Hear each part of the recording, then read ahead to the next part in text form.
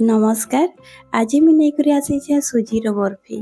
सुजी बर्फी समस्ते बनई समस्त के बहुत भी भल लगुवा किंतु आज मैं बनाबी मोर माँ स्टाइल। मोर माँ आगे बनाऊे आम जिते छोट छोट थिलो ना तो आम के बनई कर दौले मत बहुत बढ़िया लगुला। बार बार मैं मोर माँ के पचारे कि माँ सुजी बर्फी केनता बना जीसी मत टे शिखे देबे। तो मत भी माँ बहुत थर मत बतई किंतु मैं शिखी नहीं पारुली। आज मैं पूरा पूरी शिखी जाइए तो मैं आज आपन के शेयर करुचे। तो पूरा भावे देखिए स्किप नहीं करबे वीडियो के। आ पूरा बहुत बढ़िया लगसी बाहर कुरकुरा लगबा आ भीतर बहुत सॉफ्ट लगबा खाइबा लगी बहुत टेस्टी लगसी। तो वीडियो हमें स्टार्ट करमा। मुझे गैस रे बसई देछे गोटे पैन के हमें गरम हेबा लगी देमा। तार बाद आम ए घी ऐड कर देमा। घी मुई नहीं 2.5 चामच आम जेन खाइसु चामच ना बड़ चामच से मुई 2.5 चामच इने ऐड करुछे। आ घी के आम भल भाव टी मेल्ट हेबार लगी देमा। आ घीटा आपन देसी घी नेबे भल लागसी। देसी घी रे आमर सुजीर बर्फी। तो इने आमर घी भी भल भाव मेल्ट हो जाइए। एबे इने मुई ऐड करबी सुजी। सुजी मुई 1 कप नहीं आ इने मुई सुजी के नहीं पतला वाला मोटा वाला आपन नहीं नेबे। सुजी बर्फी रे पतला वाला सुजी नेबे ना तो भल लागसी।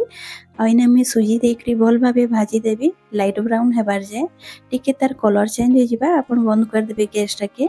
आ मुई एबे भाजी दउछे आपन देखुथिबे। आ लो टू मीडियम आंच रे ही भाजबे। मीडियम आंच रे भी नहीं भाजबे। मीडियम आंच रे जदी भाजबे हेले सुजीटा आमर बहुत जल्दी आमर ब्राउन हो जिबा तो भल नहीं लागे। आपन लो टू मीडियम आंच रे ही भाजबे। आ इने देखि पारुथिबे मैं सुजी के भल भावे भाजी दउछे। आमर घीटा भी मिक्स हो गला न आमर सुजी संगे। सुजी के आमर भाजबा 5 रु 10 मिनिट लागी जिबा लो टू मीडियम आंच रे जदी भाजबा बेले किंतु लेट लागबा किंतु बहुत टेस्टी बनसी। तो आपन लो टू मीडियम आंच रे ही भाजबे। वीडियो जदी भल लागुता हले वीडियो के लाइक करबे प्लीज। आ इने देखि पारुथिबे 10 मिनिट भी हो गला न। आ इने आमर सुजीर कलर भी पूरा पूरी चेंज हो जाइए। लाइट ब्राउन कलर पले आसी आपन देखि पारुथिबे। एबे हमें गैस टाके बंद कर दमा। आउ ताकि एबे हमें गोटे प्लेट रे बाहर कर दमा। तो बेसी लाल नहीं करबे बेसी ब्राउन नहीं करबे नहले कड़ा दिसबा माने बेसी लाल कलर दिसबा हेले भल नहीं दिसे। हमर बर्फी भी टिके व्हाइट कलर आसुथिबा तो भल लागसी। तो एबे मैं गैस टाके बंद कर देली न आउ इताके बाहर कर दमा गोटे प्लेट रे।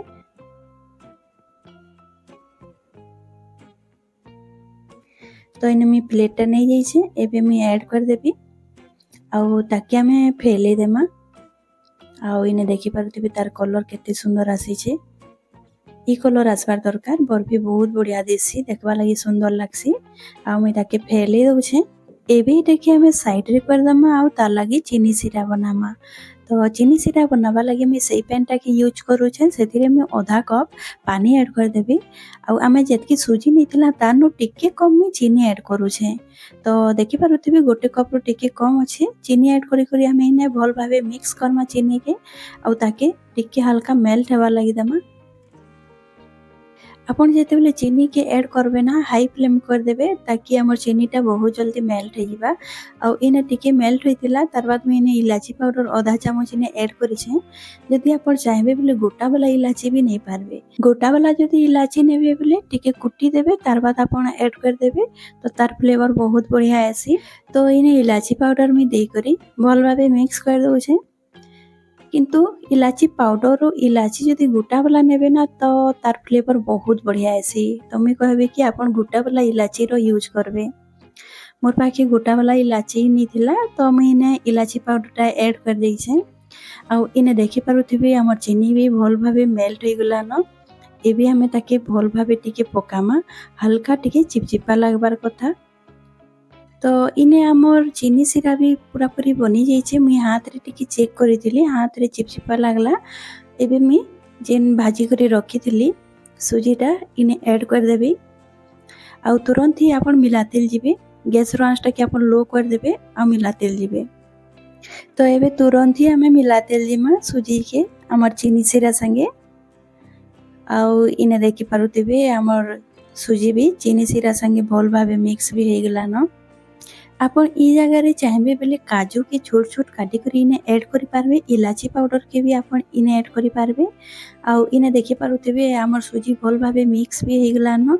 एबे हमें ताके पूरा बर्फी जमबार जे हमें ताके पकामा। तो इने मुई एबे चेक कर देबी। तो प्लेट रे आउ टिके हल्का ठंडा हैला बाद मी चेक करबी तो इटा टिके गरम थिला तो एबे मी टिके ठंडा हैला बाद चेक करू छे तो इटा हमर पूरा बर्फी बनबा लागि पूरा रेडी हो जाई छे। एबे मी गैस टा के बंद कर देबी आउ थरे भल भाबे मिक्स कर देबी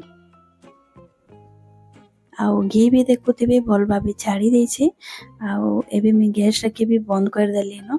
एबे हमें गोटे प्लेट रे बाहर कर दमा प्लेट रे आगु आपन घी टिके लगे करी रखिथिबे तो इने मी घी लगे देई छे प्लेट रे ताकि हमें जेते बेले बर्फी कटिंग करबा ना तो जेते बेले बाहर करबा सेटा आसानी से बाहर ही जिबा आउ इने एबे हमें ताकि फ्लैट कर दमा समान कर दमा तो इने मी फैले दउ छे भल भाबे आउ जदी आपन चाहेबे बेले जदी चारि कुणिया वाला प्लेट थिबा तो आपन सेटा नै पारबे हमें जेंता बर्फी कटिंग करसु ना तो चारि कुणिया थिसी तो आपन के सुविधा लागबा मोर पाके नी थिला तो मी राउंड वाला प्लेट रे इने फ्लैट कर दउ छे आउ इने भल भाबे मुई समान कर दे छे। एबे हमें ताकि ठंडा हेबार लागि देमा आउ ठंडा हैला बाद हमें तार कटिंग कर देमा तो इने मैं कटिंग कर देतिली कांजे कि मोर मोबाइल टा हीट हो जाइतिला तो सेटा ऑफ हो गला तो मी आपन के देखे नी पाली कटिंग आ जेते बेले आपन बर्फी कटिंग करबे ना टिके हल्का ठंडा थिबा ओ आपन बर्फी के कटिंग करबे हेले बहुत बढ़िया करी कटिंग हेबा आ पूरा भाबे जदी ठंडा हो जाबा तो कटिंग करि नी पारो सेटा टाणो हो जेसी